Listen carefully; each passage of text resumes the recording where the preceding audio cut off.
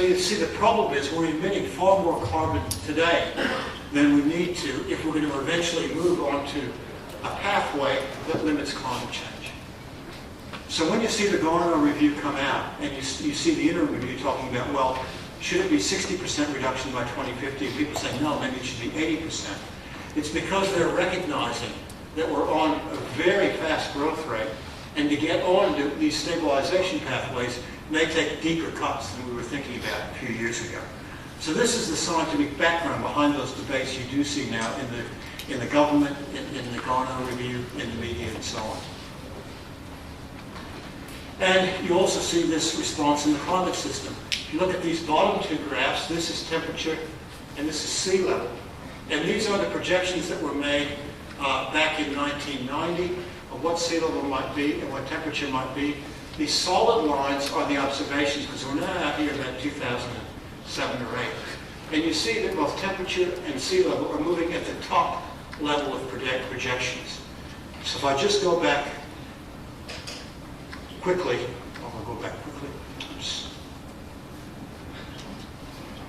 We're moving on this outer line. So we're moving toward 5 or 6 degrees at the moment. So that's what the real concern is that lies behind things like the Garner report. Okay, just to close, why are we having so much trouble getting on top of this? Well, we did an analysis in the Fenner School that was published last year of why, if you take a CO2 graph or biodiversity loss or whatever, there may be some limit over which you don't want to go, a target, a sustainability target. But yet we go past that, and we cannot turn these graphs around. And the problem, we think, is that the debates are dominated by economics, physical science, biophysical science, institutions, and so on. What we're missing are the long-term foundational issues about what really is our relationship to the environment around us. How important is a core value like continuing economic growth in a material sense? Is that a core value we need to examine? But you see, it isn't. All the solutions now people are talking about are emission trading schemes and how little damage we can do to the economy. Is that really how we need to look at it? These are some of the issues that are just now being discussed and debated in the research community. And we're looking at different paradigms, not like the triple bottom line that you've heard about in sustainability, it's balancing economic, environment, social considerations, but they're saying rather it's a hierarchy rather than a balancing act. And that's that when you change the word environment to Earth's life support system, it changes the meaning. Because it's not just an environment that you can have or not have, it's something you've got to have to live. But if you don't have a well-functioning Earth, you're not going to be able to sustain life. And you must have a well-functioning social system before you can have a good economy. Just look at what happened in the Soviet Union when their social system collapsed. They couldn't have the economy wouldn't work. So scholars are now arguing it's actually a hierarchy. That to have a healthy economy, we need to focus not only on this, but now we need to focus on making sure we have a good social system.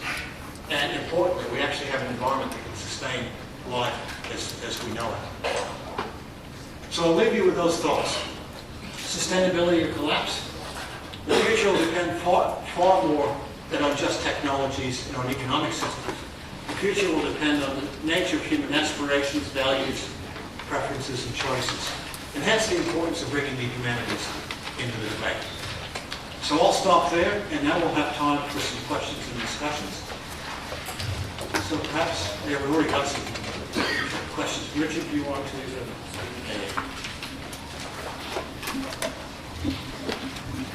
Questions for Will?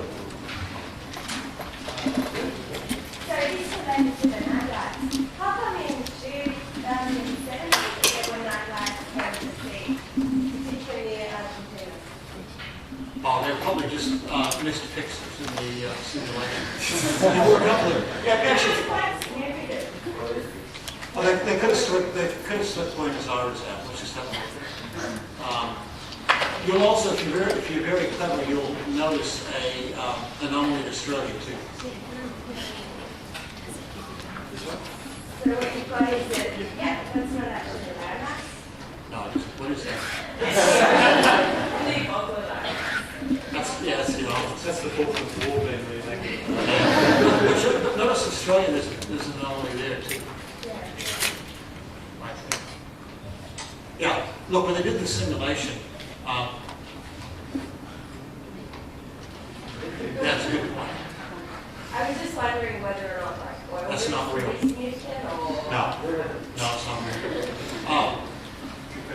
It was a misalignment of pixels. In that. With the quadrant diagram with the where we need to be in order to be Yeah. can an emissions trading scheme be effective to bring in the US because it was substantially higher than anything else? Can it be effective? Well, that's the $64 question. There are some people now who are talking about a social economic tipping point, that once enough countries decide they're going to move back a little bit. Is this? Oh, sorry. Is this?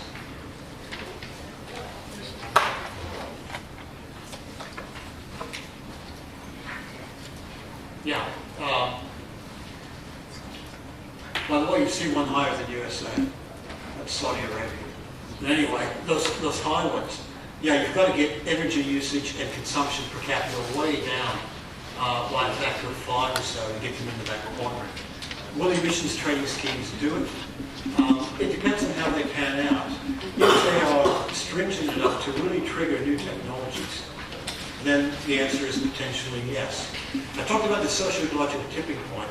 There's a line of argument that says there are several big players in the world on this.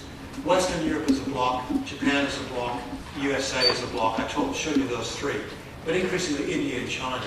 And there are arguments, geopolitical arguments, that if 3 or 4 of these start to move, if Western Europe brokers a deal with China, say we will give you preferential access to lots of new technology, and India too, and Japan comes along, the US will be isolated.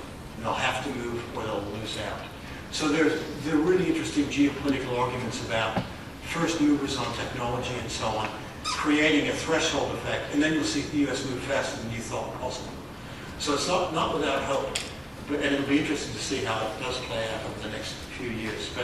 But technically speaking, yes, you can move it down. Politically speaking, that's the big question, when you can do it. Just out of curiosity, which country was the one that was sustainable development quadrant? Are there any guesses? I thought it was Cuba. Yeah.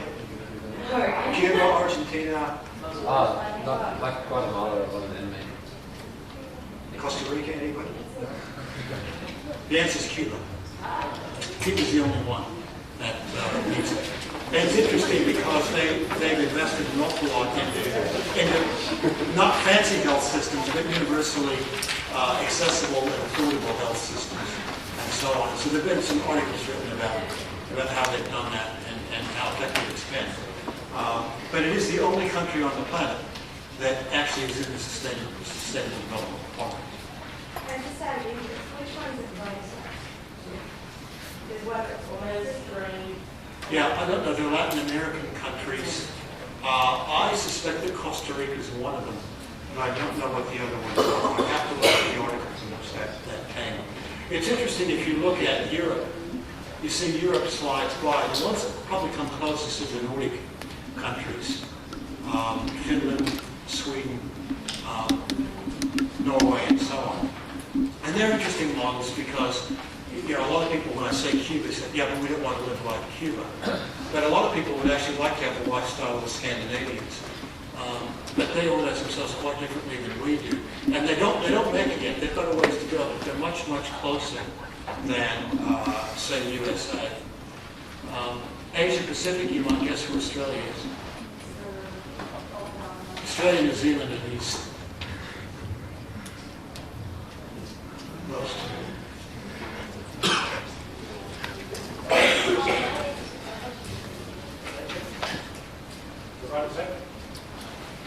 Thank you. I know you're dealing with an anthropogenic model, but I was wondering, you're talking about heat waves and so forth affecting people and other people. To what extent then will there be flow-on effect to other elements within the environment, other